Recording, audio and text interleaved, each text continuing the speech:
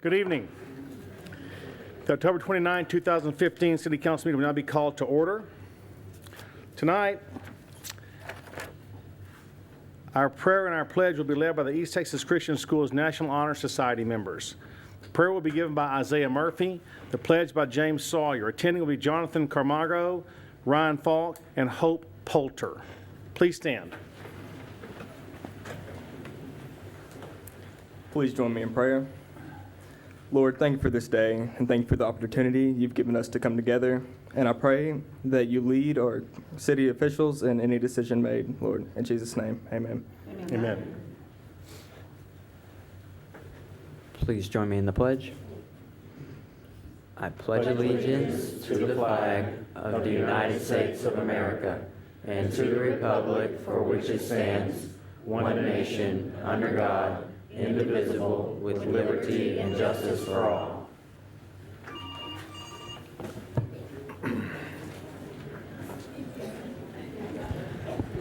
Thank you all very much. It's always a pleasure to see young people here in the council chambers, and especially you all that are excelling in your schoolwork. Thank you, and keep up the good work.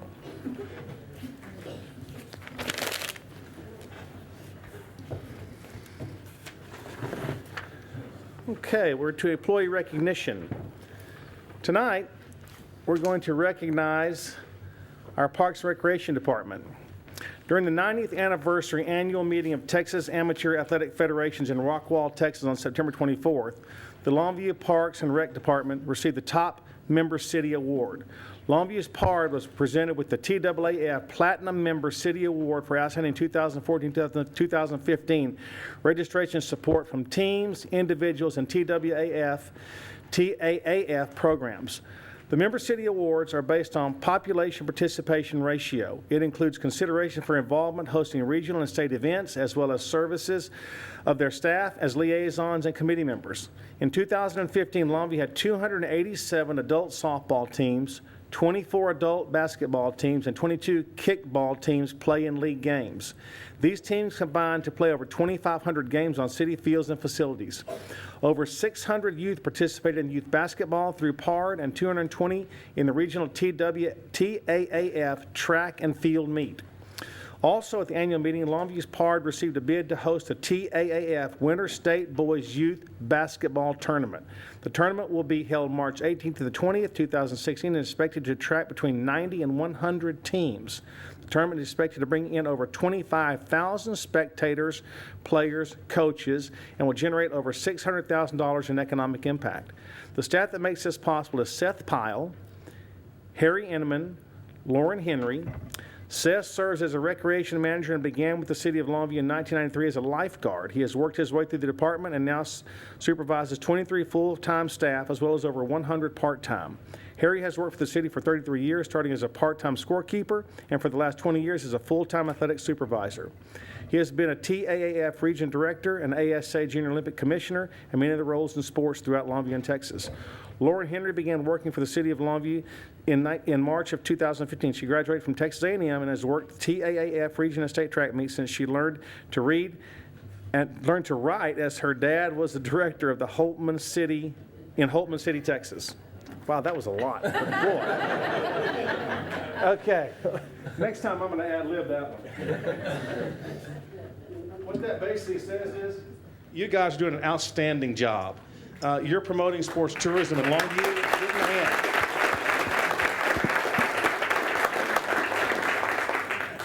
What this really equates to is, and I know it's a term that nobody likes to hear, I call this free money.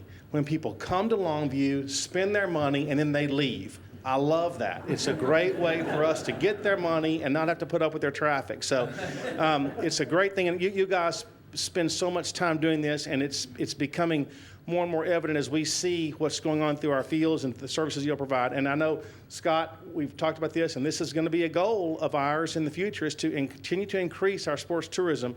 Bringing these national tournaments to Longview, like these basketball tournaments, I know we've had state tournaments, baseball, softball.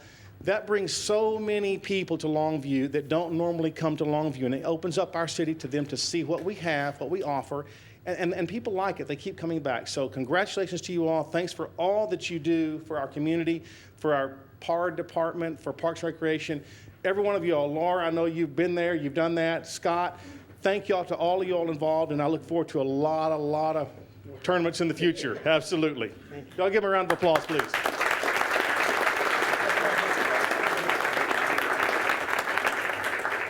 And Dave, I see you back there too. Dave Owens is also a big part of this. All of you guys and ladies in this Parks Department, hats off to every one of y'all. Thank you so much.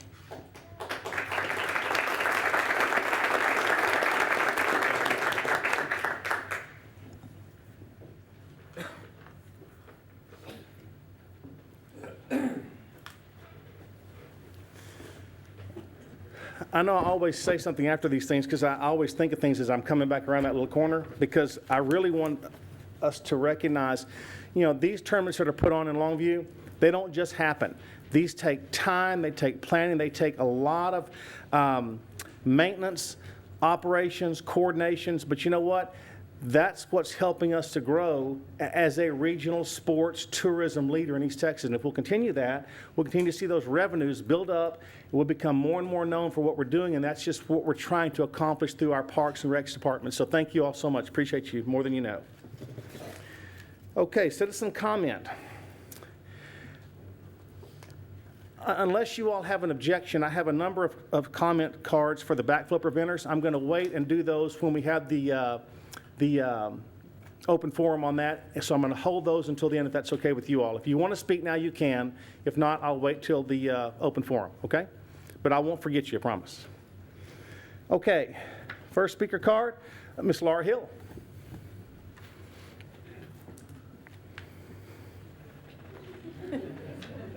Good evening, Mayor Mack, members of council, and Mr. Willard. I briefly wanted to introduce Shannon DeRosa, our new Animal Services Manager.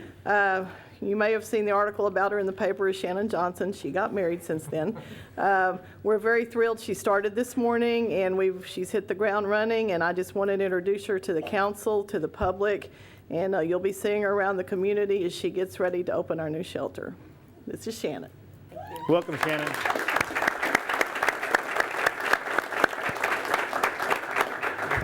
We're glad you're here. We look forward to working with you in the future. Thank you so much for choosing Longview.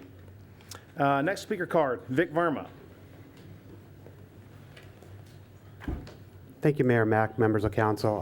I'm here tonight in my role as the regional lead for Organizing for Action East Texas, and also as a board member of Special Health Resources of Texas, a federally qualified health center here in Longview that represents 23 Northeast Texas counties. Both OFA and Special Health are actively working on open enrollment for the Affordable Care Act, which begins this Sunday, November 1st, and goes through January 31st. We're looking to get the word out to folks who need health insurance or who need to renew their health insurance, people such as myself. And so we're looking to the community to help us. Basically, we have a hotline that people can call, area code 903-247-1078, to talk to one of our navigators.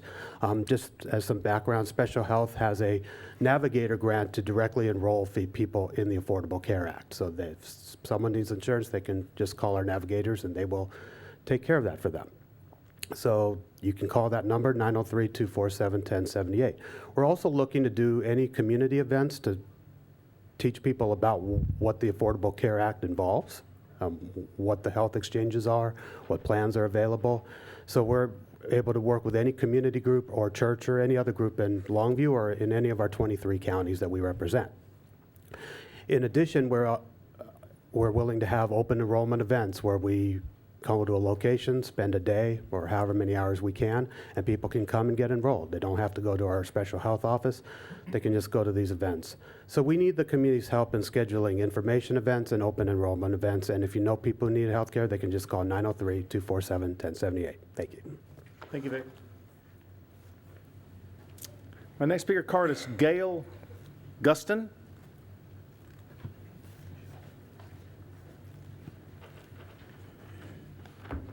Good evening, Mayor Mack and Good evening. City Council. It's the first time I've done this, so. Take your time. Okay. Well, I just wanted to speak a few words in opposition to the proposition to redesignate Hensley Park and take away the park, give it to the commercial developers to develop a store there. And I'd like to say I'm not a native person of Longview, but I have been here over 40 years. And when I first came to Longview, I fell in love with the city, but a lot of it was because of the natural beauty that we have, the trees, the pine trees, the oak trees, the ones that turn beautiful colors in the fall, and the wonderful people that are here, because I came from a place where trees don't grow so easily as they do here. And when you've been somewhere like that, you really appreciate the trees and the natural beauty of a place like this. And I would just like to see us keep as much of that beauty as we can. And I think a lot of that would be important because we talked a minute ago about the teams come into play and wanting people to come enjoy Longview. And people want to come to a beautiful place much more than just a concrete commercial place. So let's keep Longview beautiful. But I understand that the comprehensive plan that was approved not too long ago at a cost of $225,000 recommended that we have more parkland and that we already had a greater ratio of retail development here to the parks development more than in other places. So I think that's something to consider. And I think that bulldozing Hensley Park and allowing the building of a shopping complex there doesn't seem harmonious with that plan to me. It seems to me that the stores could be built on other land that's here. Longview's expanding all the time. You know, when I came here, there was no development out in that area, so we're constantly expanding outward. That's what's been done in the past. And I also have a concern about what happens to the old Kroger store down on Highway 80. Is it just going to be another eyesore, or does the company have plans to do something with that? And it seems to me in the last few years, I've had more occasion to shop there, and I notice it's always a busy store, and it serves a group of people, evidently, that live in proximity to it. And are we neglecting those people if we're just closing that store and building another one in a place that's not convenient to a lot of people? And for me, I don't really visit that place, the area of 259 and 4th. Anyway, they're the 259 out there, where it's so congested. I just shop the older stores that I've been used to going to already. So, and today, another thing that's a little bit concerning to me, well, very concerning to me, I just found out today, or I was told, if the information's correct, that we have people serving on city boards who are not residents of Longview. And if that's the case, that seems like it's unacceptable and should be stopped, maybe investigated, find out why. Seems like we need Longview people making decisions for our city of Longview. Ms. Guston, I'm sorry, but your time is up. If you'll Okay. wrap it up, I sure Thank you. appreciate it. Thank you All so right, much thank for you. coming before us. My next speaker card is Mr. Steve Crane.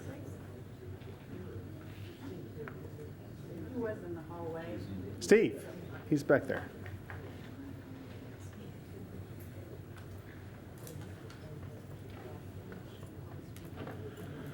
Good evening, everybody. I'm Steve Crane, a resident of Spring Hill area, and I'm here to speak against Proposition 1, which is on the ballot for the sale of Hensley Park. My primary concern is the use of public land for private purposes, especially when there is a current development in place at the extension of North 4th Street. I can only imagine what those developers are thinking now after they spent all that money for that particular investment.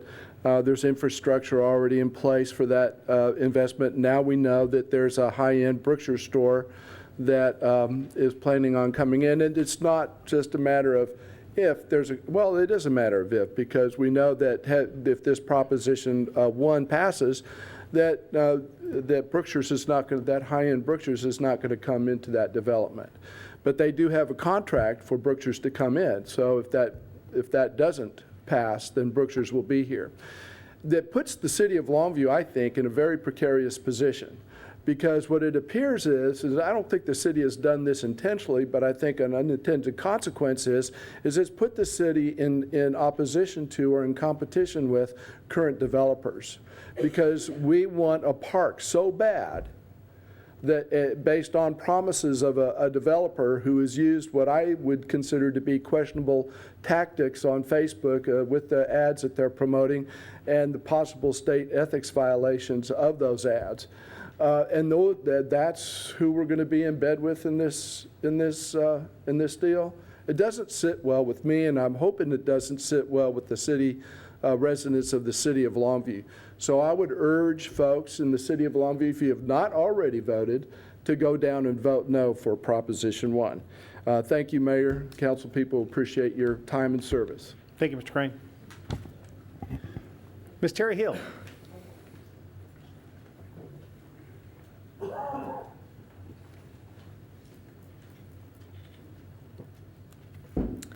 Good evening. I'm here today as a concerned citizen regarding the City of Longview ballot item Proposition 1 also. While I'm certainly supportive of retail development, improving our local parks, and helping our community grow and prosper, I cannot support this particular proposition. In recent weeks, there has been a plethora of previously undisclosed information brought forward regarding this commercial development, resulting in what cannot be interpreted any other way than a lack of transparency. It's irrelevant if this was due to the developer, property owner, or the city. It's irresponsible, and it shows a lack of leadership and integrity to not show due diligence in researching a matter yourselves as city leaders before asking citizens to vote on it. We certainly do not need or want another red flags traffic solution situation here. It has also come to my attention that the developer, SDI Realty, has gone to great lengths to grossly and falsely mislead the citizens of Longview with a ferocious ad campaign that has clearly violated state laws, and as a result, the State Ethics Commission has been contacted to assist the citizens of Longview in investigating SDI Realty's illegal activity. If this developer knowingly violated state laws out of arrogance and indifference, this is not a company we should conduct business with. Likewise, if SDI Realty was simply ignorant of the laws, I also feel that this is not the type of developer we want in Longview. One also has to question why this developer has illegally invested so much time and money into misleading advertisements and promotions to convince myself and fellow citizens that this is what's best for us. Given the lack of transparency, the rush to put this on the ballot, the misinformation coming to light, and the illegal activity involved, the passage of Proposition 1 is certainly worth the effort for someone's benefit. I just don't think it's the citizens. In closing, I urge Longview to vote against Proposition 1. We can do this in the future for another election, but let's do it the right way, with the right developers, full and honest disclosure to the citizens, and with city leadership that exemplifies character and integrity. Thank you. Thank you, Terry.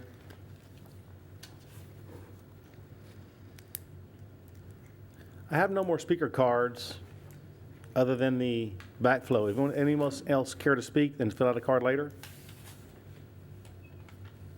For, I'm already filled that one, okay? yes, sir.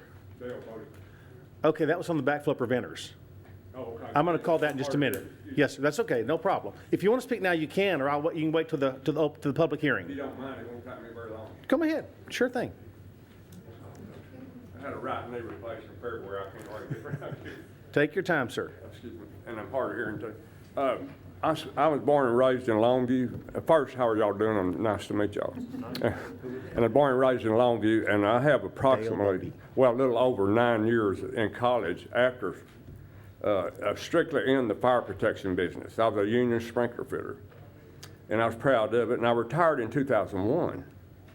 And we installed a lot of backflow preventers, vertical, horizontal. Most of ours were in the 4-inch and above category because of the size of the system and the way it was engineered. The problem I have with Longview is whether you're using chemicals on your agriculture, yard, or whatever, that should be irrelevant. Because what you do not want is any size backflow preventer leaking back into your main water system. That makes everybody in Longview sick that drinks. I don't care if they got a filter or not. And it gives a chance to pollute the whole drinking area. I don't care whether you've got a $2 million house over here and you've got 2 or 3 backflow preventers installed by the city for those only, you're still taking a chance of killing everybody in Longview. And I really want you to know that. That old argument about, well, I won't do this and I'll just let it go to next year. I'm even backflow certified. And I dropped it because it doesn't do me any good anymore to have it. So it's no reason for me to be in that. And we had check valves in our systems, but they weren't backflow preventers. But now, excuse me, 5 to 6 years before I got ready to really retire, it was enforced to have them. And I'm telling you, I don't see anything better right now. But if you do not have these checked, you have a chance of all this trickling backwards back into your fresh water supply.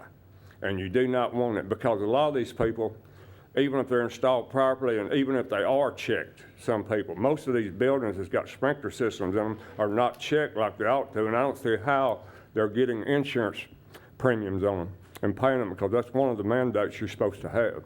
I'm trained in all this. I know about all this. But anyway, that's irrelevant. But the bad thing about this is if we do not address this in some kind of like every 6 months or monthly or yearly, we have a chance of all that coming right back in our main drinking supply. And I do not want to see that happen. I mean, it's terrible. For whatever costs they get to do these, I think it's worth having them checked. And I thank you. That's Thank all you, I know sir. to say. Appreciate you. Okay. We'll now have a presentation. We have a proclamation for the Community Planning Month.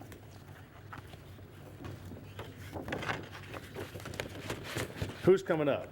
We got a whole group coming up. Well, come on. All right, everybody else. Our planning commissioners here as well.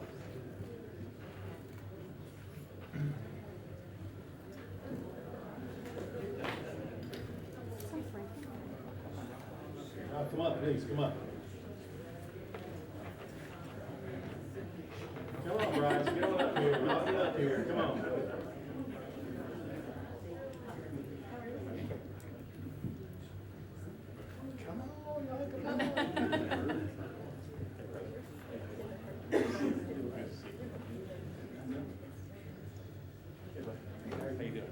Okay, this is a proclamation regarding Community Planning Month, October 2015.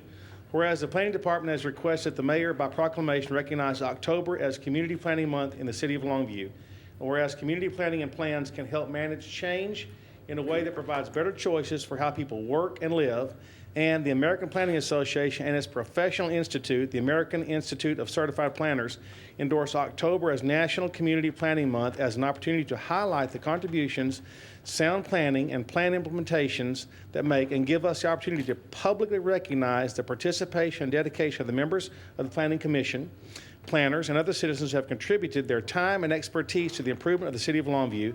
So now, therefore, I, Andy Mack, by the authority vested in me as mayor of Longview, hereby proclaim October 2015 as Community Planning Month in Longview. Gang, this is awesome. This is really good for our city, for our community. I know it takes a lot of time, a lot of dedication, but these things make a big difference for us. And I appreciate and applaud your willingness to work and serve on these committees and these things that do make a difference for Longview. So hats off to you all, and thank you for all of your service. Appreciate you so much. Thank you. Thank you, buddy. Thank you. Thank you. Thank you, Steve. Thank you, sir. Thank you. Thank you. Michael, come and give this to you, and then we'll get a picture.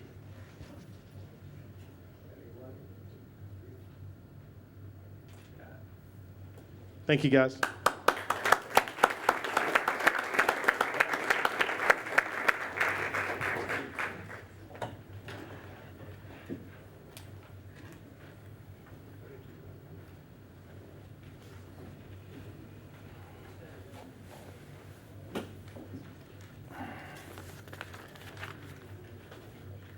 Okay, we have a presentation for the Kilgore College Longview Master Plan. We have Dr. Julie Fowler and Dr. Bill Holdup. Welcome.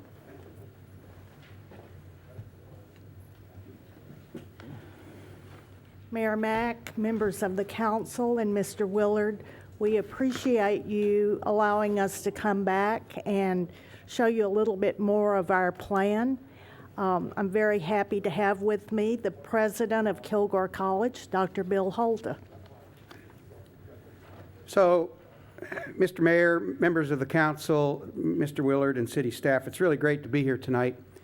Kilgore College has a really long history with the city of Longview, and we are delighted to be able to show you some plans that we think are very exciting for the future of Longview and for Kilgore College Longview.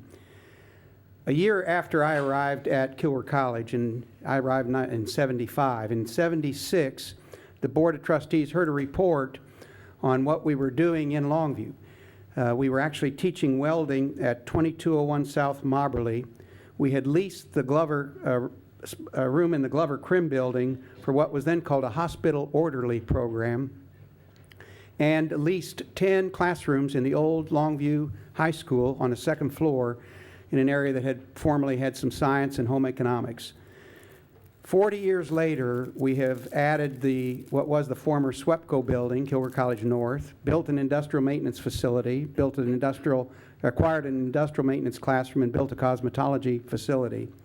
Today in Longview, you have total combined budgets of over $5 million dedicated just to Kilgore College Longview. You have 150 full and part-time employees, almost 3,000 unduplicated headcount of students, and 12,000 duplicated headcount of students.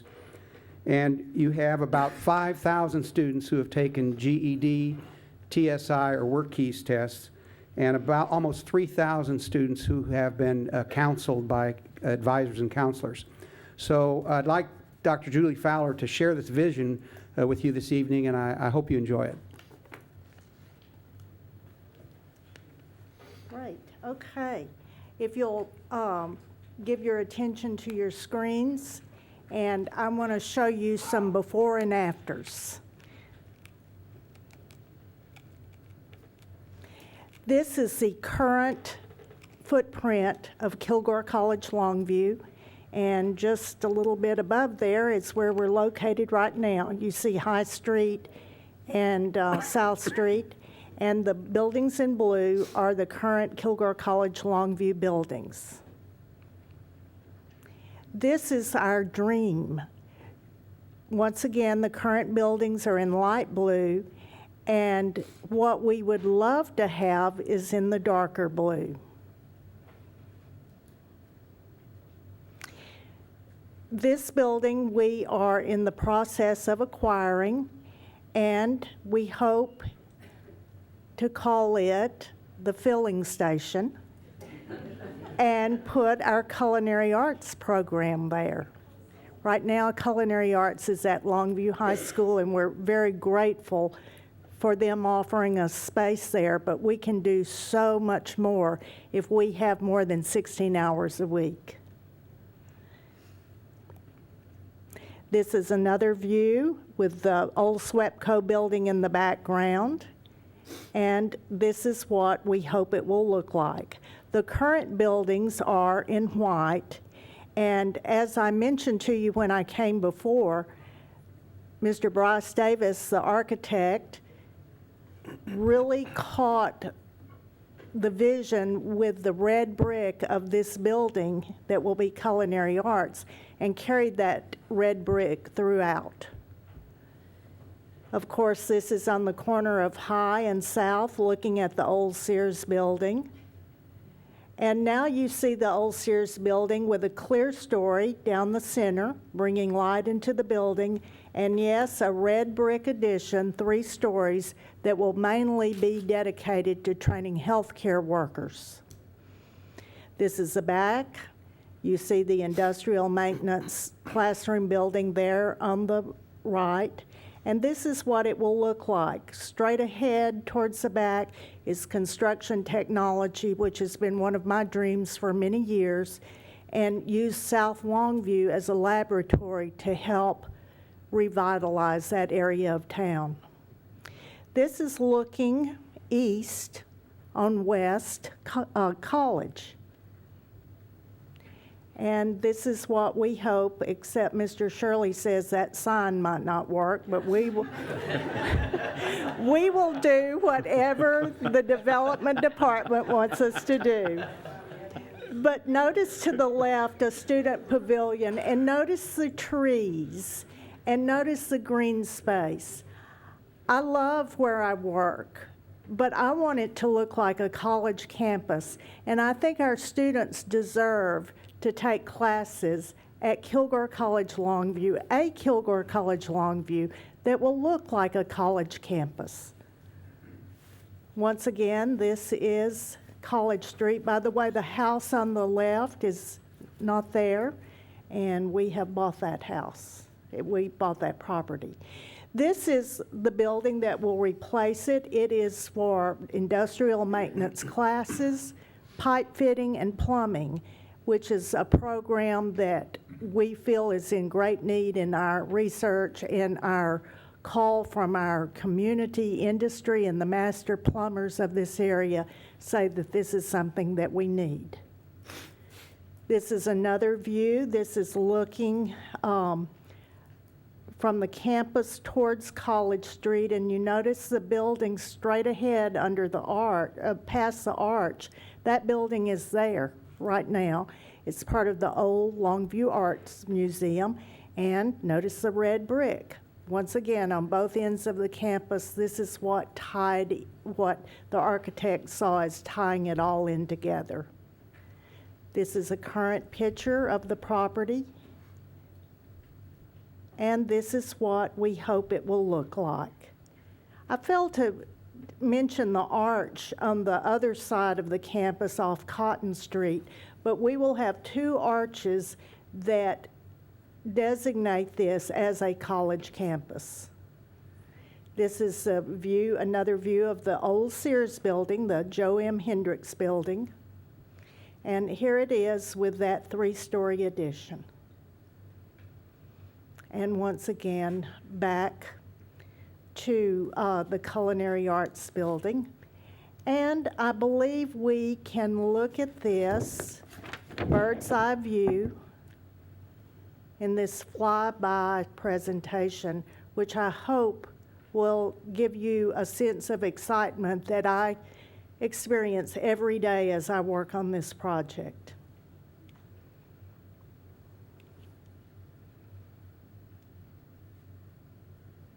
And you will be able to see the arch now. This is the arch that will be on the north part of our campus. This space right now is the parking lot, but we want more green space, more trees, more beauty for our students and our employees. Looking at the old Sears building coming down South Street and turning south on High Street.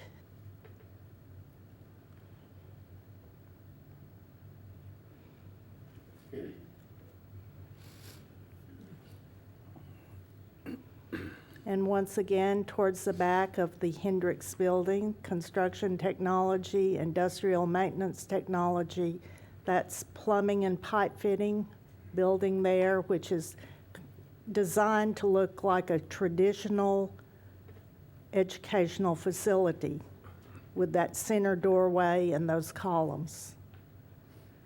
We've tried to keep that historical feel so that our campus will fit in to the South Main District.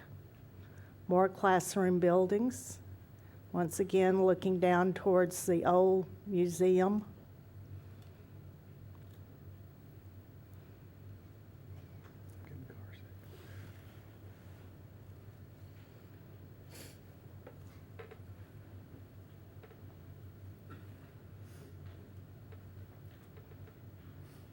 And then back up Center Street, traveling north.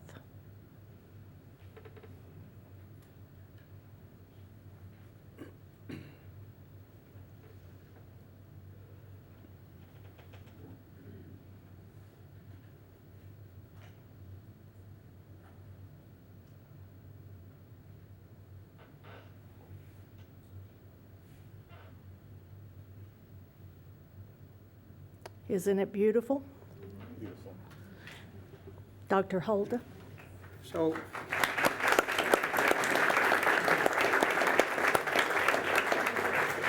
I have three comments that I want to make. First, I know that a lot of times people gripe about city staff, but I want to tell you that we purchased that Sears building in 1979, and that building just happened to be in the South Main Historical District. And one of the zoning requirements was that if you had a building worth over $35,000, before you could demolish it, you had to advertise it for a full 12 months. That was a real impediment.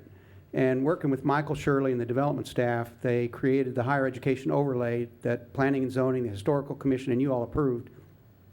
And that has really opened the door for us to move forward in a much quicker pace. So I want to thank the development staff and Michael in particular and the council for working with us. The second thing is that this is a perfect project. It is a revitalization of a blighted area. It will produce buildings that will train a trained workforce for the city of Longview. And it creates a bridge between downtown Longview and South Longview. It's the perfect connector, and it really fits in with your comprehensive plan. So I just think it's an ideal plan. The third thing is that everything we've been able to do is because of partnerships. And one of my political dilemmas is that the city of Longview is not in the Kilgore College taxing district. So it's very difficult for us to use taxpayer dollars to fund projects outside of the taxing district. And in the past, what we have done successfully with industrial maintenance and other expansion is to have an in lieu of taxes where the community step forward. When we built industrial maintenance technology, we had a $200,000 grant from LEEDCO. They bought 2 lots that they gave us worth $100,000. And we had a $300,000 grant from both SWEPCO and Texas Eastman, plus a whole host of equipment, and Eastman came down and fabricated our process technology lab. That really greases the skids. It allows us to do that. So that whole project that you saw, front to back, everything, is about $30 million. Well, obviously, we can't do all that at one crack, but we're going to try to do a phase 1, which is culinary arts and the pipe fitting. And so phase 1 is about a $6 million project. The college will have, between property acquisition and preparing parking, will have a good $2 million in the project.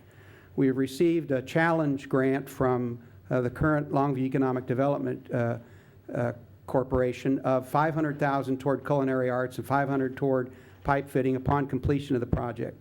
So what we're going to be doing now that we have previewed this before the former LEDCO board and the Longview Chamber and now you all, we're going to go back to the new group that's on Longview Economic Development, share this plan with them, and then we're going to hit the service clubs and start doing grant applications.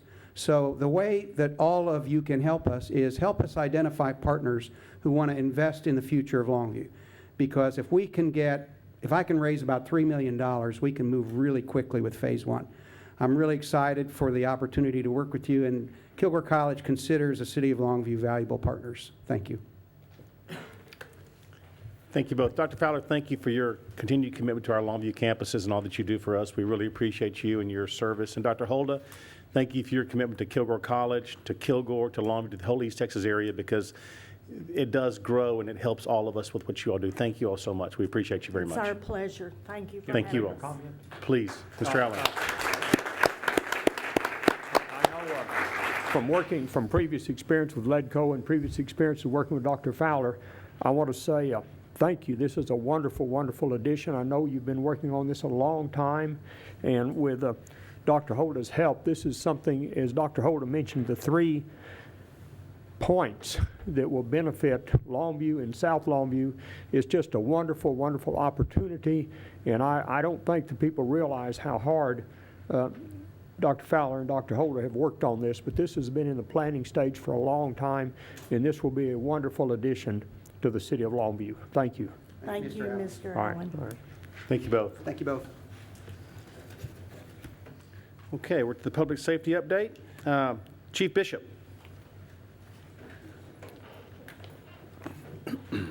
Mayor Mack, council members, Mr. Willard, Thank you for giving me the opportunity to give you a little update since our last meeting. I have just a few things, so I'll be brief. First off, just a few days ago on October 22nd, we graduated our Citizens Police Academy. We had over 38 participants in this year's academy, and I want to thank those citizens that came out and took time to learn more about their police department and interacting with the officers and learn a little bit more about how we operate as a police department. And this has been very, very good for us and very great for the community, and we're already talking about our next academy that will start in the fall of next year and making that a bigger and better academy, and the ability to share more information with the citizens. Also, last Friday, we graduated 9 recruits from the East Texas Police Academy at Kilgore College, which is another great partnership we have with the college. And yesterday we were able to commission those officers after their graduation. Friday, Tuesday, they all took the state exam, passed all the requirements to become licensed police officers, and we were able to swear those officers in yesterday. I'd like to just mention the names of the new officers: Douglas Bell, Trenton Capps, Keith Grubbs, Justin Hampton, William Amata, Ashley Lacatus, Eric Cunningham, Jonathan Lloyd, Jose Rodriguez. So we commissioned them yesterday, and Monday they'll be hitting the streets with our field training officers, and they'll have 18 weeks of grueling training out there in the field under the guidance of experienced officers. So we're kind of excited about that.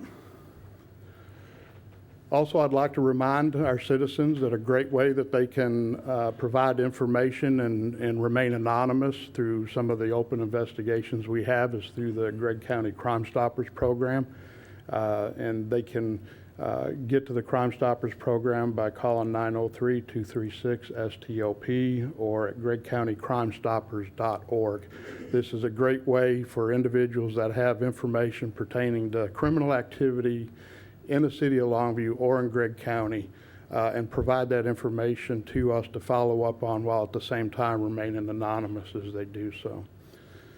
And in closing, I'd also like to remind everybody, Saturday is Halloween. We'll have a lot of extra ghosts and goblins out there, and I think we're expecting some inclement weather as well. So I'd just like everybody to exercise some extra security and safety precautions, and know that if anybody needs our assistance, we'll be there to help them. Chief, thank you very much for the update, and thank you for what you're doing and getting these officers trained and getting them on the streets. That's what we're trying to accomplish. That's what we're headed for, and I applaud you. And it's been nice and quiet lately. Thank you, sir. We have 9 more in academy, and we look forward to getting them out soon, and we're making progress. We are making progress. Thanks to you guys. Keep up the good work, sir. Thank you. Chief Steelman.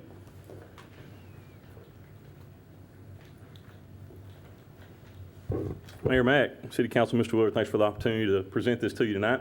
Again, I told you I was going to hit you with this one every council meeting until the end of the year, but our EMS subscription program is open for people to sign up for, and there's a window on that. I definitely want to remind them that runs from October the 1st to December the 31st.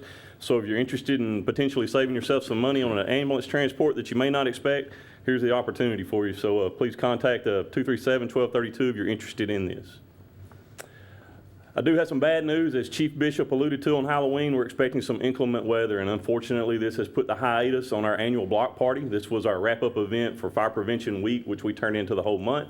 But due to the fact that this is basically an all-outdoor event and Saturday seems to be the worst day that it's expected to rain, we decided to cancel it for this year, but I promise you we'll bring it back next year bigger and better.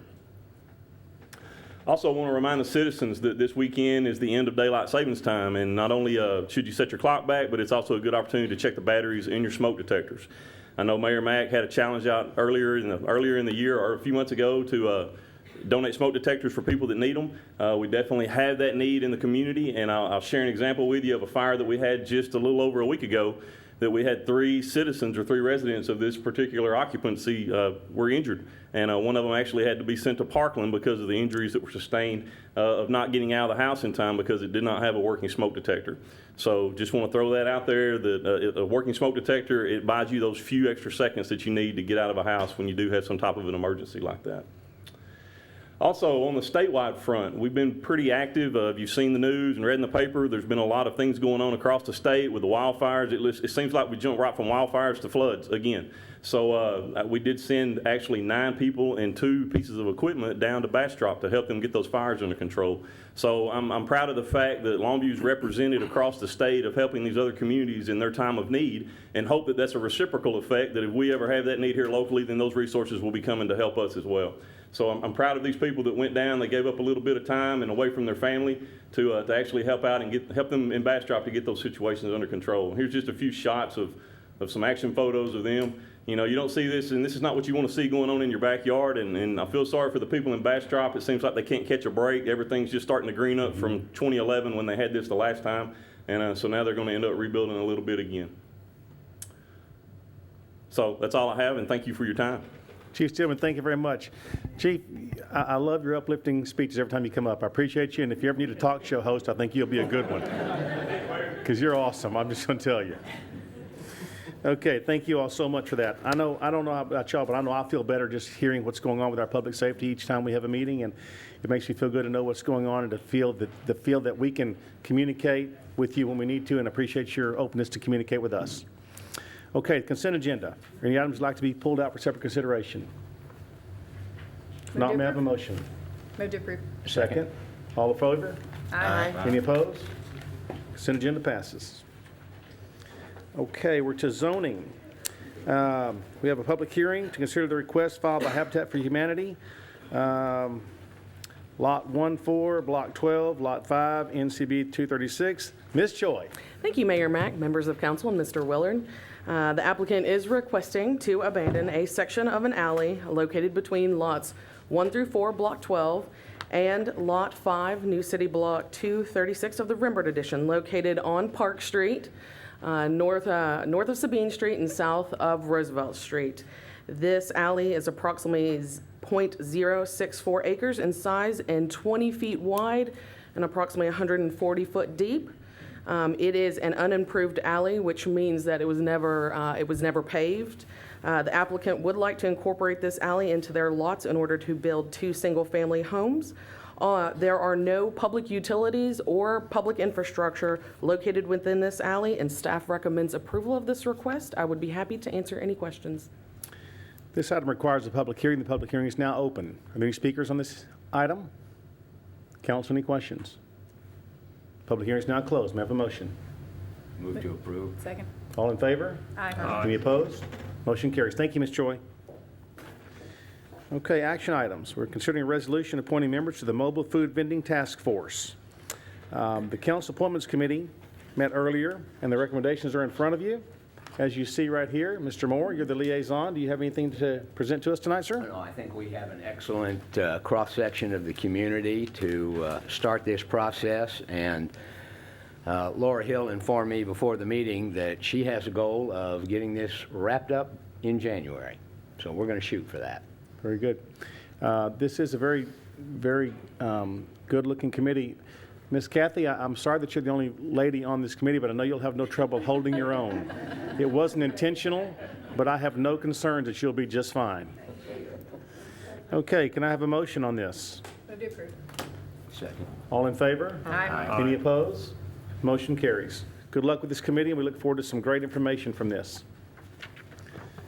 Okay, we're going to consider an ordinance amending the city's plumbing code to repeal the annual testing requirement for backflow prevention assemblies that are used solely with residential irrigation systems without chemical additives. Mr. Shirley. Thank you, Mayor Mack, members of council, Mr. Willard. What we're here to look at is amending the plumbing code, and I just kind of want to talk a little bit about the history of where this requirement came from first, and then we'll get to why we're here and talk about that. Let's see. The Texas Commission on Environmental Quality, TCEQ, does require all public water systems to maintain a cross-connection control and backflow prevention program. In association with the regulations, the TCEQ has issued a regulatory guidance document, RG 478, for further clarification. TCEQ references the requirements of cities with a population of 5,000 or greater to adopt a plumbing code. Our current plumbing code is the 2012 International Plumbing Code and is referenced in Chapter 73 of the city's Plumbing and Gas Code. During the development of the city's cross-connection control and backflow prevention programs, the city had two courses of action that it could pursue. The two options were premise isolation or internal protection programs. Premise isolation would require the city of Longview to install a backflow prevention device at all meters connected to the public water supply. This option would require the city to install the device, test upon installation, and any maintenance thereafter. This would require the city to absorb the cost of the program or choose to bill the customer with any expenses incurred.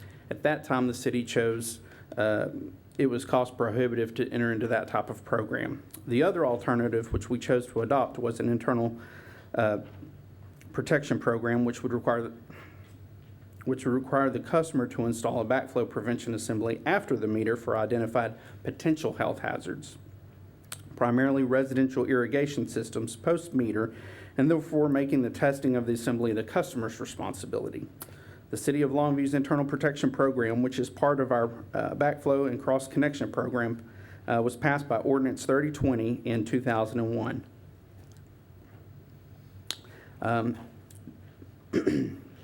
Looking through TCEQ's requirements, it appears that their internal cross-connection control program does not explicitly state that double-check valve assemblies or the type of backflow assemblies that we're talking about for irrigation systems without chemical additives be tested annually.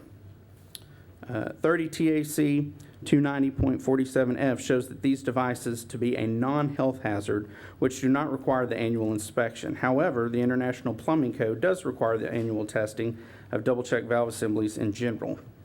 Just to kind of recap timeline of events, which kind of puts it all into perspective, in 2001, we adopted the cross-connection backflow ordinance that did have the annual inspection requirement.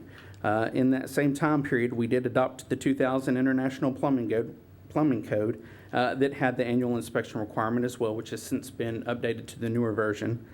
From 2001 to 2011, the City of Longview required these devices to be tested at installation, and through that process, we started a database with all the new devices. The annual inspection requirement was not fully implemented until around 2011.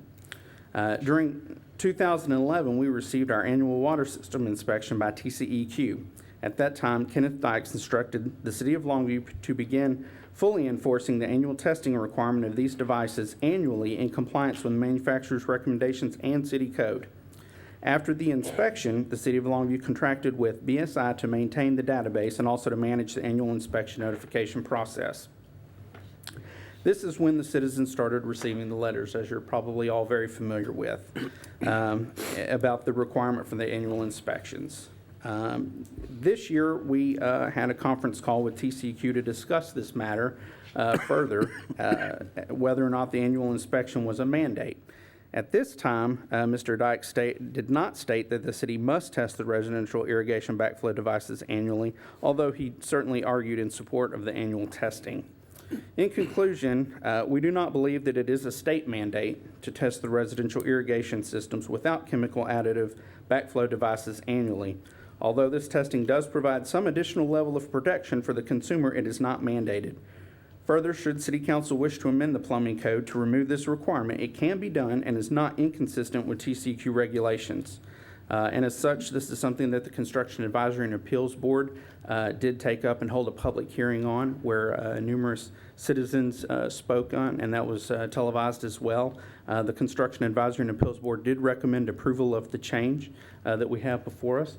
And on the screen is the snippet of the city code that would, and the language there as far as the annual testing, that the residential irrigation systems that don't have the chemical additives would not be required to have the annual inspection. They would be required to have the inspection at installation. That is a TCEQ mandate, but not the annual inspection thereafter. I'd be happy to answer any questions. Thank you, sir. This does require a public hearing, so public hearing is now open. So I'm going to now allow the speaker cards to come up and speak on this behalf, if that's okay. First, I have Don Francis.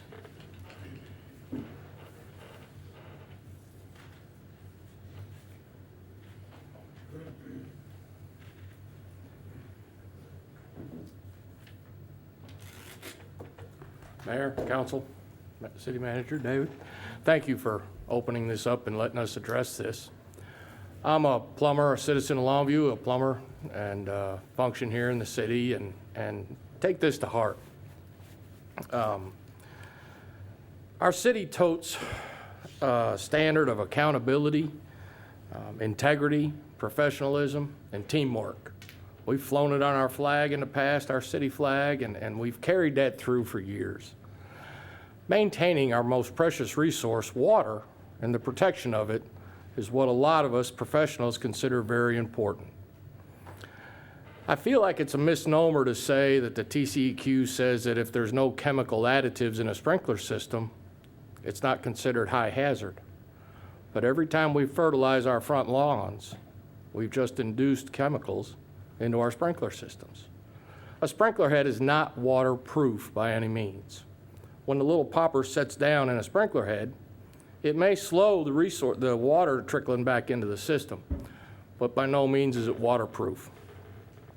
So when we say that it's only required for chemically induced systems, well, when you sprinkle or when you fertilize your front lawn, you've just introduced chemicals into the process of possible backflow into the water system.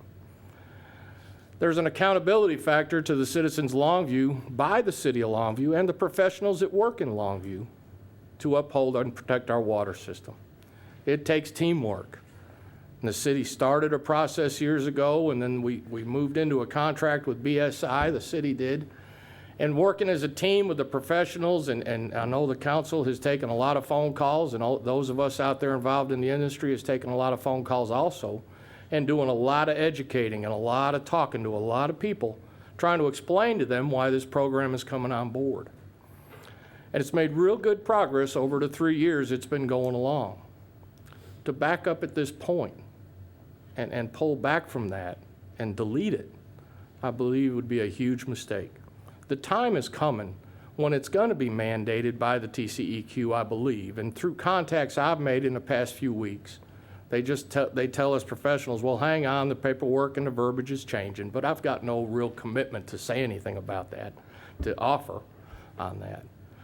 But as far as keeping integrity to our citizens, keeping the integrity of our system, this device, and I brought just a sample of one, this is just one manufacturer, and this is what we're talking about. It's a device that has 2 check valves placed in here, and it's testable through these ports to make sure that the thing is protecting the water system from whatever. We had a gentleman earlier talk about fire systems, and that's going to be done anyway because that's on a commercial side, and that's going to stay and be done annually. This device and types like it are used in the sprinkler systems, and that's what I hate to see us back up from. It's needed. We've got a good start on a good program. We fumbled the ball a little bit, be it us professionals or the city, in presenting the program and signing up with BSI. We fumbled the ball a little bit in campaigning for it and not presenting it to the citizens of Longview and putting it out there on the TV line or through the newspaper and educating the citizens before it hit the market. We fumbled there a little bit. But there's been a lot of effort into educating the citizens of Longview. They're frustrated over the cost of things, but it's maintenance. It's just maintenance. It's a responsibility. If you have the responsibility to take the privilege of having a sprinkler system, you've got the maintenance of your sprinkler heads, you've got the maintenance of your control box. There's a maintenance involved in having a check valve in the line too.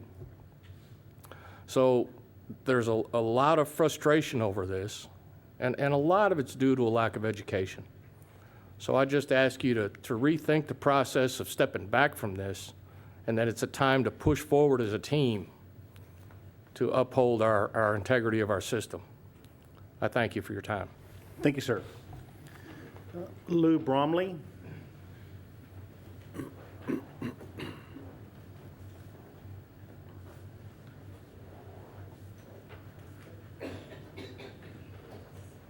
Thank you. I was one of the customers who got a surprise with people in the front yard to dig up and find or put in a backflow preventer. Fortunately, living in Wildwood, we had a dwelling that had a backflow preventer installed and also the backflow preventer on the outside faucet, so that from a safety standpoint, why, we were in good shape. And I think that, like he had said, the way the system was planned and executed leaves a lot for improvement, and so I think with patience and cooperation, that'll work. The one thing that I have learned in the process is that the people that, for example, Watts Valve, they recommend that these valves not be installed in a ground box because they're not waterproof devices, so that the integrity of them is a possibility here. Looking at this in the long term, my concern is, so we do the backflow prevention, but like meters, when do we detect the fault, where the damage can occur? I think with the way technology goes any longer, we are now seeing water meters that can be read remotely into a computer system where you can get immediate outputs. And I think that the one comment that was made when I was watching the install testing of our system is that Jack Jennings indicated that about 30% of the Mexican-built valves that were being used were faulty. And so that indicates that testing is required. And once we get beyond that, I think that testing and maintenance is similar to what you have to do with the meters in the utilities. I think with statistical sampling of the system, you can cut down that and still detect where the faults are going or where you have to add attention to the effort. So I'll be glad to contribute my own time wherever I can help, and I appreciate y'all are doing. Thank you. Thank you, sir. Chief Bishop, would you move that device so I can see our timer? Not that anyone's going over, I just need to be able to see it. Thank you, sir. Okay, Joe Randolph. Thank you, Mayor, City Councilman, Mr. Willard. My first contact with the subject of backflow testing came a few months ago when I saw an advertisement in the Longview News Journal that spoke words to the effect, citizens, when you get the letter from such and such a place, do not ignore it. Call us and we'll take care of it for you. Well, that's fine for an enterprising business to do that. But when I heard from a friend of mine who had received one of the letters, she was not too happy about it. And I knew nothing about the letters. So what I did was I said, send me a copy. I'm going to go back to that letter in just a moment. But I keep most everything I get from the city in terms of documents, particularly documents that might cost the city taxpayers money. And I saw nothing having to do with backflow in the form of a communication plan by the city of Longview. Nothing. I talked to a lot of other people, 25 to 30 folks that had seen nothing else unless it happened to be one of the letters that they had received. Now, back to the letter. I've got a copy of it. It's from an outfit. Somewhere on here it has BSI, excuse me. And it's headquartered apparently in Worth, Illinois. It is addressed to resident, no name. It has the name of a person who sent the letter out, I presume from BSI in Worth, Illinois, but no signature. And folks, we get things addressed to resident every day in our mailbox. And even though this had the City of Longview letterhead on it, that didn't necessarily cut any ice with some of the people that got it. Several people told me that they weren't about to call the 800 number in Worth, Illinois. They were going to call somebody in the city. And they were directed to an appropriate representative and asked if this is really legitimate. Do we have to do it? And the reply almost universally was yes. You've got to do it because it is the state law. One brave soul asked, well, what if I don't do it? And the reply she got was, you will get your water cut off. Another person said not only did she get that reply, but also you would have to have it turned back on if you complied with the testing requirements, and that would cost you some money. I've checked, I think it's somewhere around $60 or $65, but I can't say that for sure. So I didn't know really what to do. I picked up some of the documents I had received recently. The one on 2014 water quality report. I've seen this every year. And Mr. Willard, I want to say I think y'all do a marvelous job of testing at the source for contamination. I'm talking about Lake Cherokee, Lake of the Pines, and Sabine River, which is our three sources of supply. Very well documented on the substances that are regulated at the treatment plants. Then I found the only documentation I could find on backflow testing was at the back. This was a very vaguely written document that said we had to do it because the state required it. And there was a very short note having to do with if you got any questions, contact BSI at such and such a number. And that was the first time I had ever seen anything in writing. So apparently there was no communication plan, and I disagree with the first speaker that said that there was kind of a mess up a little bit. There was a mess up a great bit, in my judgment. Another document came across to me from a friend, and it's entitled Cross Connection Control and Backflow Prevention Program. And this was given to him by an irrigation company here in Longview with their name on it and the telephone number to call and how much they were charging, $90. Now, it's interesting to me that this document right here has no date on it. I don't know whether it goes back to 2001 or 10 years ago or 6 months ago. But that, and also this one on the 2014 water quality report, has no date on it either, but at least it says 2014. So that's all I had. And I contacted my local councilwoman, Kristen Ishihara, and I said, you know, what can be done?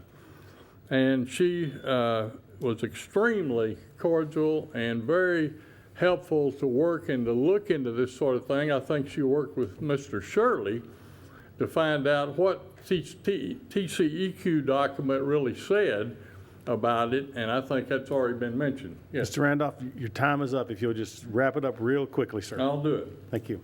Bottom line, what has been the City of Longview's data experience with backflow cases, i.e. the number of incidents and the severity of incidents?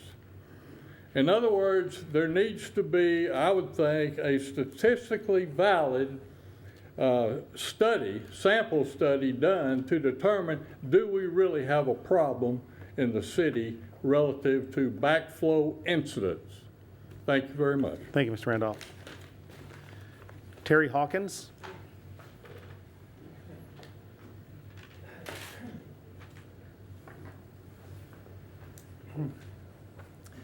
My name's Terry Hawkins. I live at 1509 Walter Street. I'm a retired mechanical engineer, and I actually worked in the environmental group at Eastman for a while, and that's one of the reasons I retired.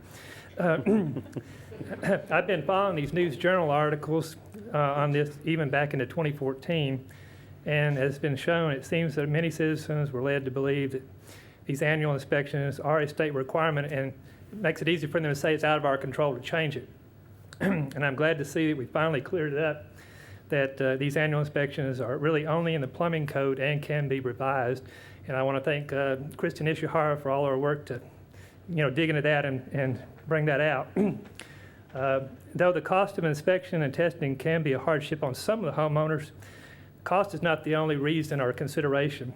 In fact, as you will hear, many are protesting because of the haphazard way the city went about enforcing the program before they had the database to know who has these devices and who doesn't have these devices. I have neighbors that got an inspection letter last year. They've already got a second inspection for an inspection this year. And then there's some people in our neighborhood that have not gotten a letter at all.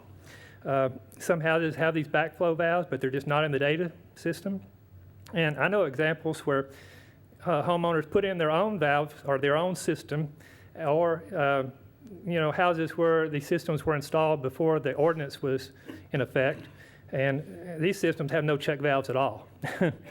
And I also ran across an article that's called the Foundation of Cross Connection Control and Hydraulic Research, and they actually state in here that a double check backflow prevention device should only be used to protect a non-health hazard. Okay, by that guideline, the city's wasting everybody's time by trying to get homeowners to maintain a device that's inadequate in the first place.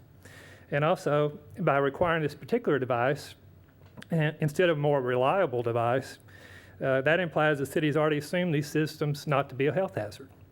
It also tells me if the city really thinks these devices need to be inspected annually, then we probably need to be using a more reliable device. And there are other reliable devices. Heck, even your control on your toilets and your outside faucets are more reliable. I mean, they don't require annual inspections. Imagine the calls you'd get if all the homeowners had to pay to have their toilets and their faucets outside inspected every year. But the real question is it really a health hazard? I've lived in Longview for 40 years. Longview has a good water system, and I've heard of no contamination problems. And I suspect really the mainline water breaks you see around town probably cause more contamination than these isolated residential sprinkler systems. Now, plumbers do report finding deposits in these valves, but I'd be willing to bet that most of the deposits come from the main line and not backflow from the sprinkler systems.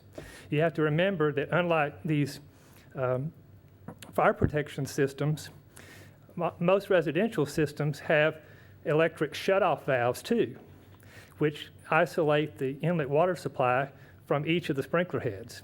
So your backflow valve is not the only protection. It's actually got a valve shut off where the flow can't go either way. I've lived in my house for 20 years, and the sprinkler system had never been inspected. Then suddenly the city decides to start enforcing this ordinance.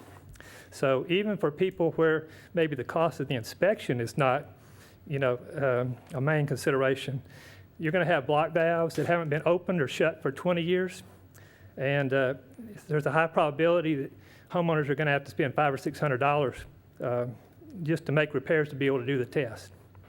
So in summary, I'd like to say it appears to me there's no real looming health risk from these residential sprinkler systems. Second, the required type of backflow device is inadequate, even when working properly, if there really is a true health hazard. And third, the enforcement system is just broken. The city really doesn't have a system in place to enforce this ordinance. I mean, it seems pointless to continue to require inspections for some homeowners, and there's still a large number of homeowners, do not even receive notifications. And they're often even when in the same neighborhood. So with that, I thank you. Thank you, sir. J.W. Baker.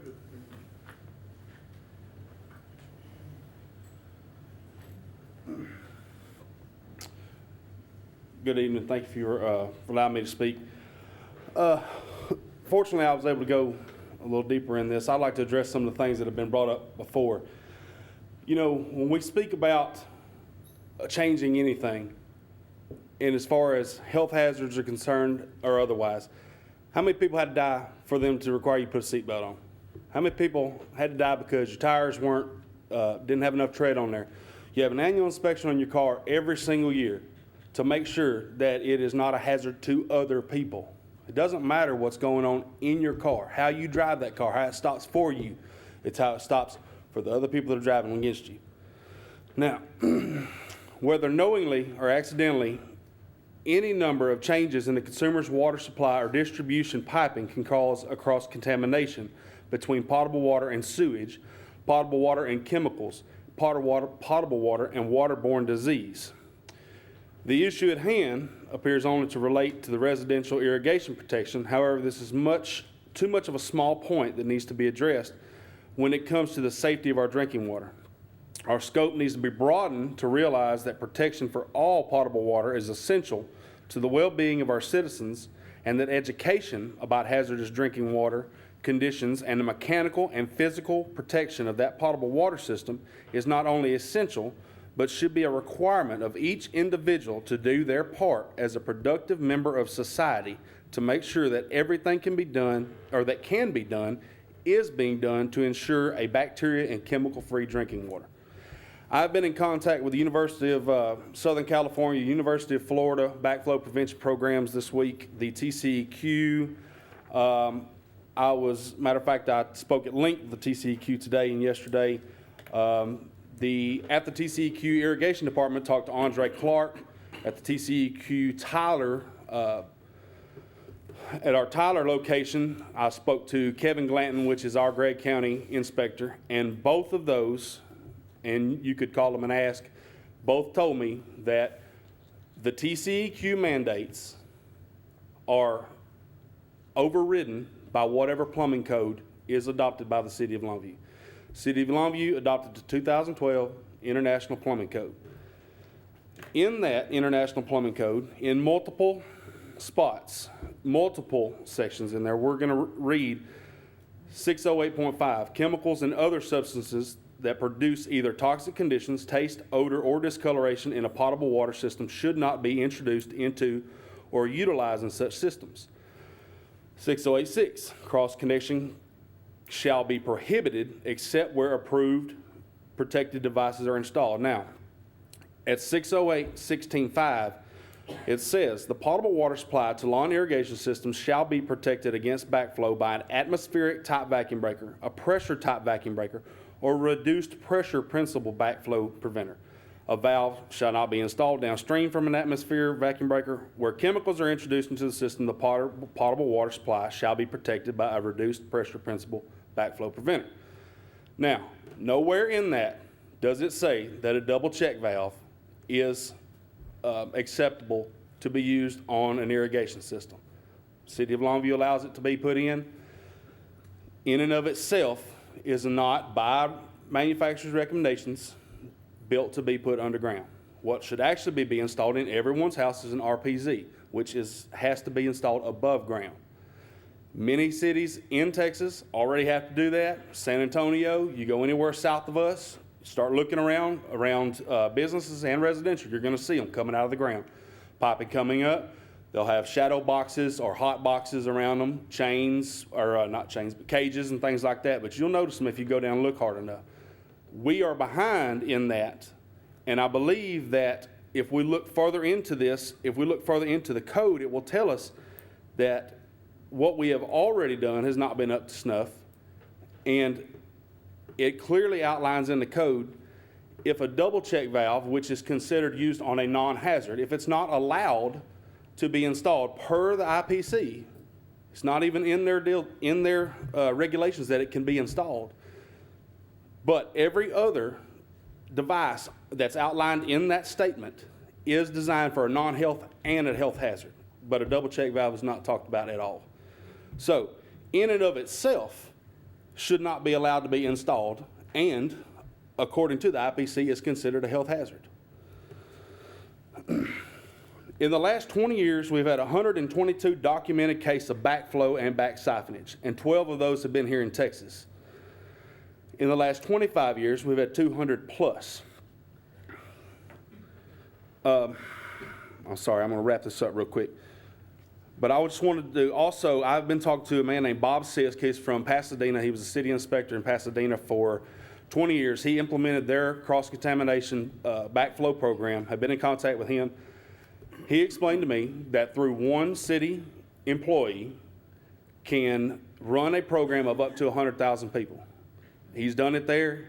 He has implemented that program in El Paso, in Katy, and he is the go-to guy for cross-contamination programs. And he has offered for me to give our water department his number to get in contact with him so that he can outline a program that he has done in several cities in the state of Texas. And he said he'd be glad to do it, so I hope that we can get that going. Thank you. Thank you, Mr. Baker. Jack Park.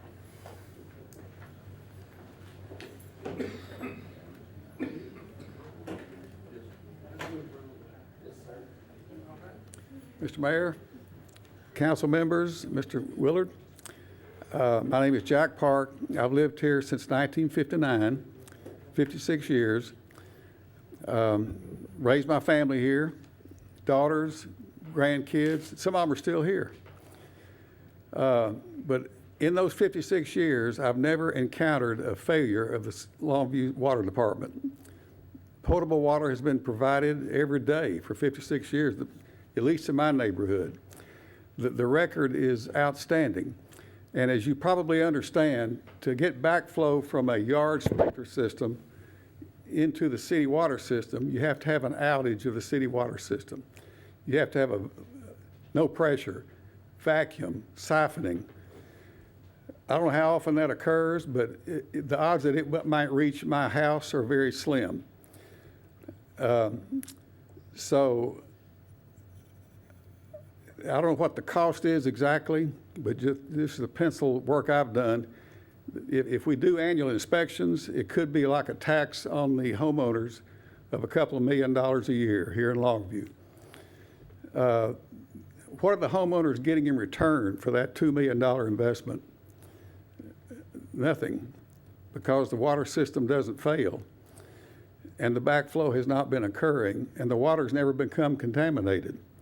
So I just think it's wise to be in alignment with the state requirement. We should match the state requirement and nothing more, and I think that's what this proposal is. So I appreciate your consideration. Thank you, Mr. Park. Okay, I have no more speaker cards. The public hearing is still open. Council, do you have any questions of Mr. Shirley or anyone? Any discussion on this, please? Comments? Please. Okay. All right. Do I turn the timer on? Yes, sir. All right. Yes, sir. Okay. First off, I'd like to be up front and say, it looks like we made a mistake when you approved the plumbing code. As some of our illustrious politicians have said, we didn't really read it completely and understand what was in it. When you're approving one of these codes, it's very cumbersome to go through all of it. And I'll admit, I've been on the city council for 9 years, and I think when we approved this plumbing code, we made a mistake. And now we're trying to clarify that. We have, as many of the people said tonight, we have an excellent water system. Excellent. Several times, the city of Longview has won the state contest for the best tasting water in the state of Texas. And I think that's something that we all should be very proud of. We've won that contest several times for the best tasting water. Both sides have talked tonight. This is not going to help me with the plumbing, with the independent plumbers, the plumbing society, but what I feel is everyone that handles any part of this current system is profiting from their involvement and costing the citizen at this time. Thank you. Thank you, sir. All right. Mr. Wright. I have a comment. Was this program introduced to the city very well? I would say not. The citizens weren't educated about the need for it. It seems to be kind of arbitrary. Somebody on one side of the street has to have his meter checked or his backflow preventer checked. The person on the other side of the street doesn't. One person's charged $65 on one side of the street. The other person is $200 on the other side of the street. So the way this is right now, the way the ordinance is being enforced, I'm opposed to it. But I think, as Mr. Francis said, this is about maintenance of your system. We have to maintain our cars. We have to maintain, you have to maintain your sprinkler system, the whole system. I think somewhere along the line, this is something that needs to be maintained and checked out, whether it's every 3 years, every 5 years. Just because we don't have any documented cases, and I don't know that we don't have any documented cases, but just because there aren't very many cases of backflow causing any problems, we don't know that it hasn't. We don't know that somebody hasn't been sick because their water backed up into their system. Somebody may think, well, I ate something bad or something like that. I think we do need to look at some type of an ordinance where our systems are inspected every 3 to 5 years, or somebody recommended every time a house sells. I don't know if that would be frequently enough or not, but anyway, I'm opposed to the system as it's currently used, but I think we do need some kind of a system that has these valves inspected. Anyone else? Okay, what I'd like to just point out is this was brought to this council for clarification, and what this council has done is we've clarified this, because this was presented as a state mandate to our residents, and we now know that it's not it was not intentionally presented that way, it's just the way it was interpreted. But now we've come to know that it is not a state mandate, and what we're trying to do is correct an error in requiring our citizens to do something that is not a state mandate, because it is expensive, it's arbitrary, and it's not being enforced the way we want our ordinances enforced. If we're going to have an ordinance, it needs to be fair and equal to everyone, and everyone should be applied in the same way. And that's not the way this is being handled, to no fault. But if you don't recognize faults, you can't correct them. We recognize that we're going to try to correct this, and whatever this vote turns out. But I want the citizens to understand, we're trying to do this to clarify this. Now, as Mr. Wright said, is this something that needs to be looked at? Of course it does. We will come to some conclusion on how to proceed forward, but what we have in place now isn't working the way it was intended to work, and that's what we're trying to do. Our surrounding cities don't require this. It's a burden upon our citizens and our taxpayers that we're trying to eliminate to make us a better, more user-friendly city. So that's the purpose here, the intention of this. So we will vote on this. If there's no other comments, then this public hearing is now closed. Is there a motion? Move to approve. Is there a second? Second. All in favor? Aye. Any opposed? The motion carries. Thank you very much. And thank you for all of your comments and your concerns about this issue. We appreciate you very much. Okay, now don't leave. Whoa, whoa, whoa, whoa, whoa, whoa, whoa. Lock the door. The best part of the meeting is coming up. It's book club time. Come on. Oh, you're killing me here. Okay. We are to the book club discussion, and this is going to be interesting tonight. I want y'all to, I've got a little story to tell you. I was hoping one of my friends would be here to tell this story, but he's not, so I'm going to tell it in a minute, but I think we have a video first. So let's roll the video, and then we'll go with that.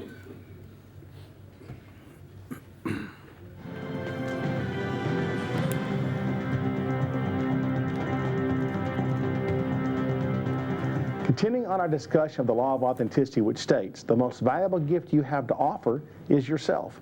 The application of this law is probably the easiest in theory, but the most difficult to practice, because sometimes we get caught up in the whirlwind of who others think we should be, and we lose sight of who we really are.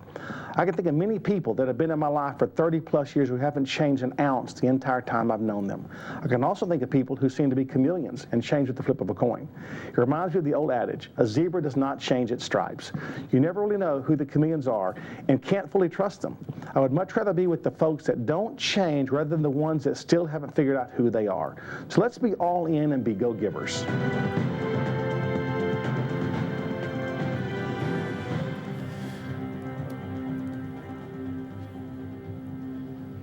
Okay, thank you for that video. The guys do such a great job with that.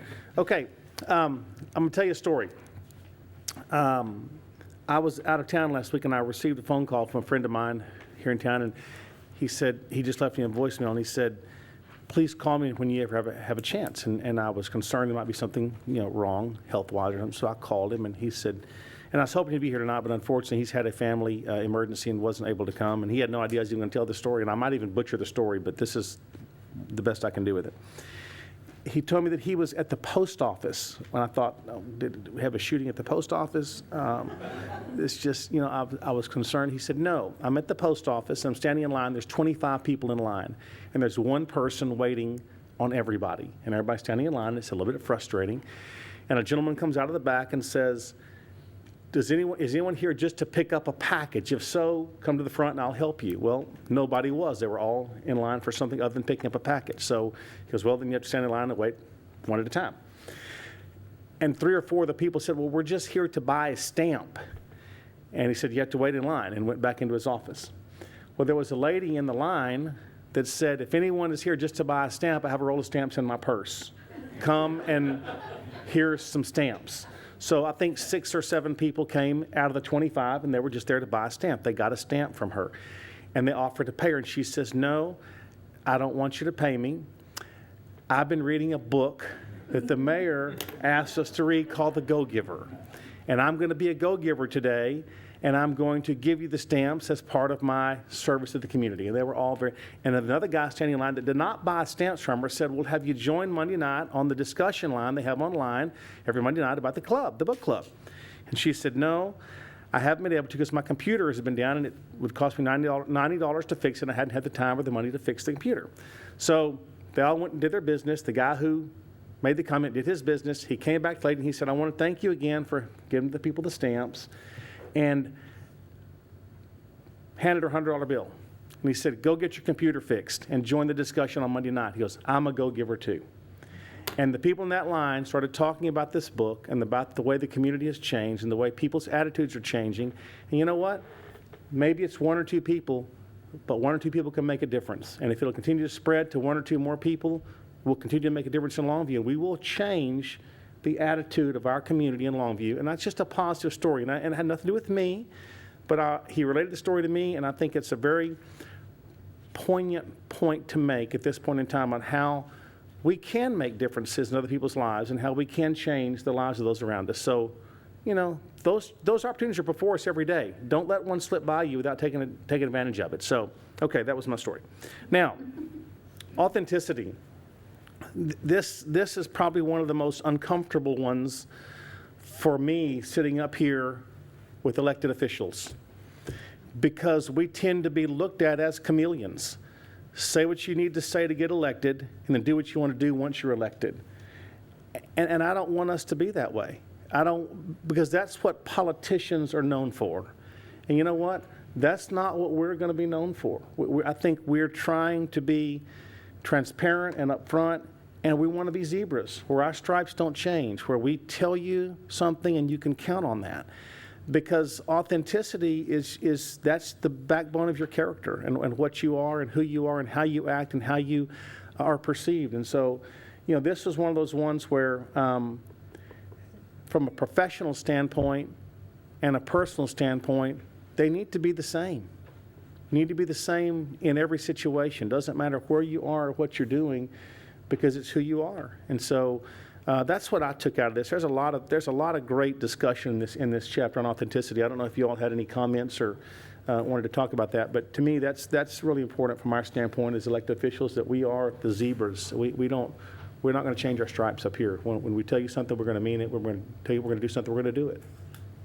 I totally agree. And I think, just to emphasize your point, I truly believe that about each and every one of you that's up here. In my interactions with you, I know that you have the best interests of our community at heart. And I know that people expect that from politicians, but I believe each of you sitting up here have shown that that is not, you are a zebra.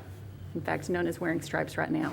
So I think that we hopefully have earned the trust of the citizens, and if we haven't yet, then we will by continuing to serve in that capacity. So I think that's a really good takeaway from this chapter.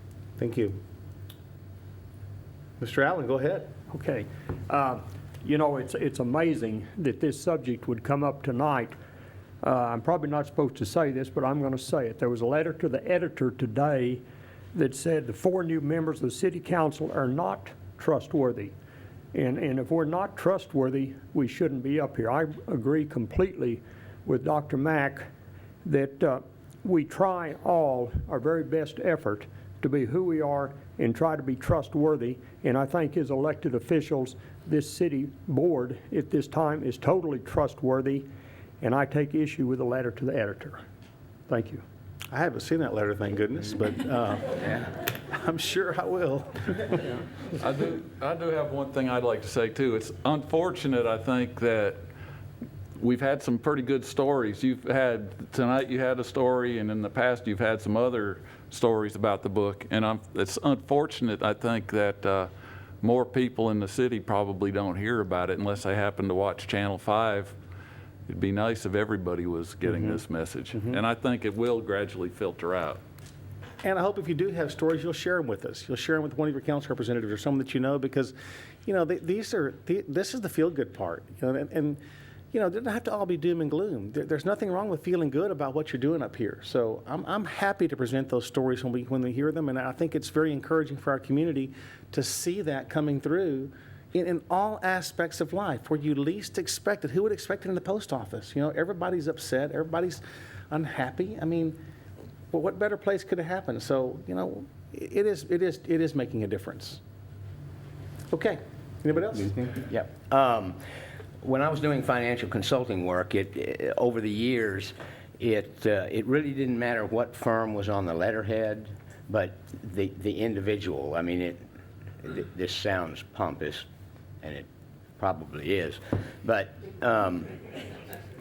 it was me, you know, what I had to offer, regardless of what the firm I worked for.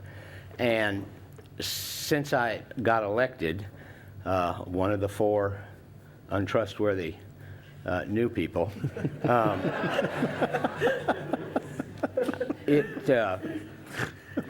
and I started getting phone calls from constituents with this concern or that concern or the other. And I guess I carried my business philosophy forward to my city council role, in that I tried my very best to hear them out and be the same person to each and every one of them. You know, return the phone call within 24 hours, if, you know, that sort of thing. But this is certainly true. The 7 of us sitting up here,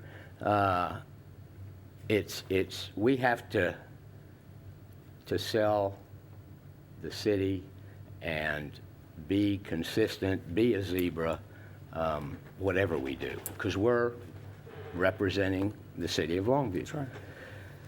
Accountability. It's all about accountability, and that's what we're trying to do. We're trying to present that. We're trying to be accountable and earn your trust, and we will. Give us time. If I could add, Yes, ma'am. I would like to say, being one of the 4 as well, I don't think I've been here long enough or know enough to be untrustworthy. We're still learning. Working with youth every day, I find it very, very important to be authentic. I work at the Dade Center, which is the campus for the district's alternative campus. My students tell me every day, Ms. Snoddy, you're 100, you're real. In other words, I'm not fake. This is authentic. And I find that very important in our daily lives, just to be ourselves, no matter who we are and what company we're in. Just be yourself. Thank you. Mr. Willard? I don't want to be the only one not to say anything. So glad. But you'll notice on the agenda tonight, the city manager's evaluation's on there. And I've read the wrong chapter. I read the law of compensation. And it says your income is determined by how many people you serve. So anyway, I'm on the wrong chapter. That's perfect. We'll get to you later, don't worry. Oh, my gosh. Okay, very good. Thank you all for joining the discussion and engaging us, and I hope you continue to follow along. And we just have a few more weeks, and then we'll be through with this book, and we'll be looking for the next one. So thank you all. Item of community interest, Mr. Moore. Yes, sir. I'd like to congratulate 4 Pine Tree High School students who were recognized as National Merit Commended Scholars. Andrea Jenkins, James McNanny, Aria Reddy, and Jerry Zhang. Again, this is an outstanding accomplishment. I want to congratulate them, and all of us wish them the very best in their future endeavors. Second, I want to put in a plug for the Pine Tree High School theater department. They're putting on Seussical the Musical. There was an article in the paper about it this morning. It's an excellent stage production, and I would encourage folks, especially those with young children, to go see it. You can go on the Pine Tree ISD website to get information, plus there was a little box in the newspaper article that gave out the same information. Thank you. Ms. Snoddy. Yes, an announcement. The Longview Metro Chamber of Commerce will be hosting a meet and greet as well as an open forum Tuesday, November 3rd at Broad Recreation Center, 801 South Martin Luther King. I would also like to ask for your continued prayers for our youth, our city, as well as the council. Thank you. Thank you, ma'am. Ms. Ishihara. Just one thing, which I think falls in line with our chapter of adding value tonight. I hope that some of you were able to attend the Poverty Conference about 2 weeks ago that was hosted by the Junior League of Longview.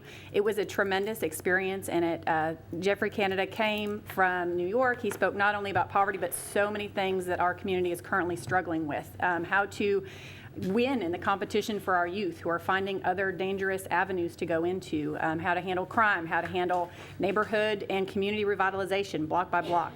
Just a ton of wonderful things that I hope people left feeling motivated to go add value to their community and make some changes. So we are hosting a What's Next meeting on Tuesday, November 17th at 5:30. The News Journal wrote an editorial on Sunday that said, "Great Poverty Conference, what's next?" And that's right. That's what we should all be asking. It's not enough to get together once a year and hear a fabulous speaker. We have to take that information and add value to our community right now. So I hope that you will join us. The meeting will be at 1109 North 4th Street, which is the Junior League office. And you can find some information on that on our website. So I hope you will consider joining us for that. Thank you. Mr. Wright. Yes, I had a call today. Next Thursday and Friday, the 5th and 6th, Special Olympics will be holding their regional bowling tournament at the Oil Bowl Lanes. It's for ages 5 and up. The winners from the regional tournament will go to state, and those winners will go on to the national finals. It's 18 counties from this area. The Kiwanis Club will be feeding all these kids, and it's not just kids. I guess it'll be adults also. And they need any volunteers that can come out and help the kids get up to the lane. They need help from the most basic things to keeping score and that kind of thing. Any retirees who want something that'll be really uplifting, they'd love to have you out there. Anybody else with any time? It starts at 9 o'clock in the morning and starts 9 a.m. Thursday. And they would really appreciate any help they can get out there. Mr. Allen.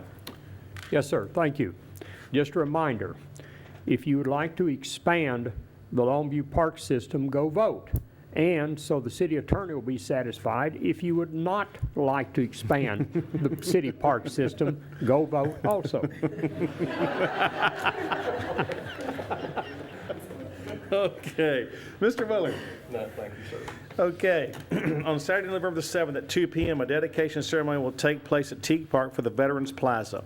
The Veterans Recognition Foundation has worked diligently to make improvements which include a Vietnam Veterans Memorial Wall, monuments for various conflicts and wars, sculptures recognizing MIA, POWs, and military working dogs, service branch seals, and more. To date, over $274,000 has been contributed to this effort to honor our veterans and their families. In addition to the dedication ceremony, a car show will take place from 8 a.m. to 2 p.m. For additional information, visit vetplaza.org. Save the date for Longview Green and Clean. On the second Saturday in November, join us for a partnership between the City of Longview Recycling Program and Keep Longview Beautiful. Our staff will be at Lear Park to help assist residents recycle junk and other items that usually go to the landfill. Also, the community-wide effort of volunteers will work together to clean litter and beautify the area where we live and work. This is one of the largest community volunteer days in Longview, and you're invited to join us. To learn more, call 903-237-1250 or visit longviewtexas.gov/LGC.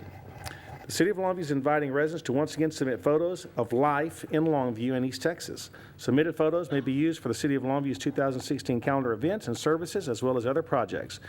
Photos must be submitted by November 1st to be considered for the calendar. Horizontal, oriented, high-resolution photographs are preferred. For more information, visit longviewtexas.gov.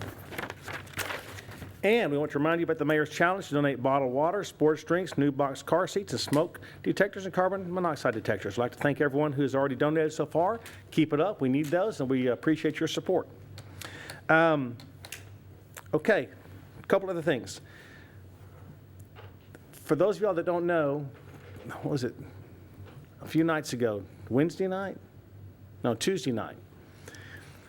Mark Atkinson and Carmela Davis, who are residents of Longview, were,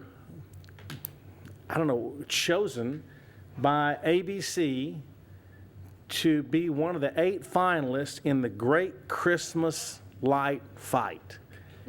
And they came to Longview and they filmed for two days or so, and they brought the judges in, and we were out there. It's unbelievable. I've never seen so many lights in my life. You talk about gaudy. It is amazingly gaudy, but it's very entertaining. It's beautiful to see at night. You should go by and see it. And if you see Mark and Carmela, congratulate them, because, this will bring national attention. Whether they win or lose, they're in the top 8. They're going to be on TV. Longview is going to be featured on this program sometime in December.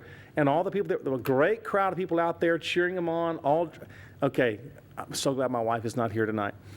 Everybody was cheering them on dressed in their Christmas attire because it's going to air in December.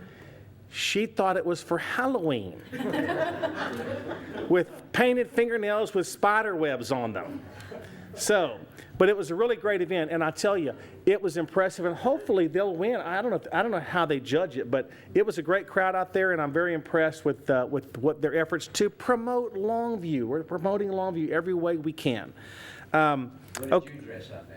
I was not. I was just normally dressed, in a white Christmas type shirt. Okay. Second thing, we don't often do this and take time to do it, but I just want to thank Matthew Prosser for the News Journal for being here every time we have a meeting, for covering the council information, providing it for the residents of the City of Longview. You do a great job, Matthew. Thanks for being here and taking care of us each time we have a meeting. We appreciate you very much. Okay, survey time. Here's the question, and I apologize, I was a day late getting the survey out this week. I kind of slipped, but we got it out and we had great response. Here was your question. On the topic of shopping locally, how much additional money would you estimate the City of Longview could spend annually on projects we would all enjoy if each household in Longview spent an extra $83 per month locally instead of shopping online or outside of the city?